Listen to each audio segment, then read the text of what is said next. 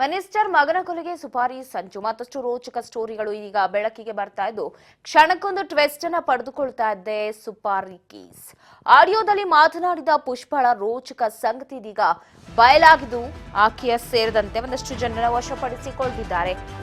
ತುಮಕೂರಿನ ಪೊಲೀಸ್ ಕ್ಯಾತ್ಸಂದ್ರ ಪೊಲೀಸರ ವಶದಲ್ಲಿ ಪುಷ್ಪ ಇರೋದೀಗ.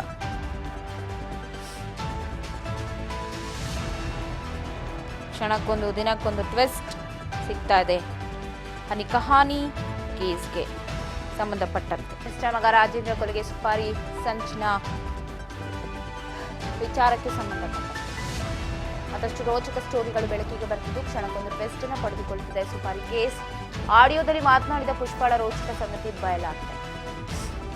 ಆಡಿಯೋದಲ್ಲಿ ಮಾತನಾಡಿದ ಪುಷ್ಪಳ ರೋಚಕ ಸಂಗತಿ ಬಯಲಾಗಿದೆ. ಮಿನಿಸ್ಟರ್ ಮಗ ರಾಜೇಂದ್ರನ ಕೊಲೆಗೆ ಸುಪಾರಿಯ ಸಂಚು ಹೂಡಿತು. ಇದೀಗ ಬಹಿರಂಗವಾಗಿದೆ. ಯಶೋಧ ಅನ್ನೋರು ಸೇರಿ 3 ಪಾತ್ರ ಬಯಲಾಗಿದೆ. ಮಗನ ಕೊಲೆ ಸುಪಾರಿ ವಿಚಾರದಲ್ಲಿ ಈಗ ಯಶೋಧ ಸೇರಿ 3 ಪಾತ್ರ ಬಯಲಾಗಿದೆ. ಗುಂಡ ಎಂಬಾತನ ಪ್ರೇಯಸಿಯಾಗಿದೆ ಯಶೋಧ, ಪುಷ್ಪಳ ಸ್ನೇಹಿತಿಯಂತೆ. ಯಶೋಧಳ ಮೂಲಕನೂ ಕೂಡ ಸುಪಾರಿ ಕೊಲೆ ಸಂಚು ನಡೆದಿತ್ತು ಅಂತ ಹೇಳಲಾಗ್ತಾ ಇದ್ದು, ಮತ್ತಷ್ಟು ಮುಗಿದಷ್ಟು ಸ್ಟೋರಿ ಬಯಲಾಗ್ತಾ ಇದೆ.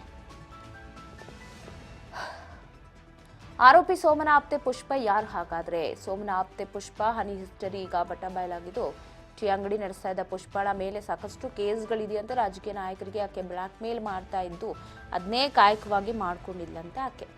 ಇನ್ನು ನಗ್ನ ವಿಡಿಯೋ ಇಟ್ಕೊಂಡು ನಾಯಕರಿಗೆ ಬ್ಲಾಕ್ ಮೇಲ್ ಮಾಡಿದ್ದು, ಬ್ಲಾಕ್ ಮೇಲ್ ಕೇಸ್ಗಳಲ್ಲಿ ಜೈಲುವಾಸ ಅನುಭವಿಸಿದ್ಲು ಪುಷ್ಪ.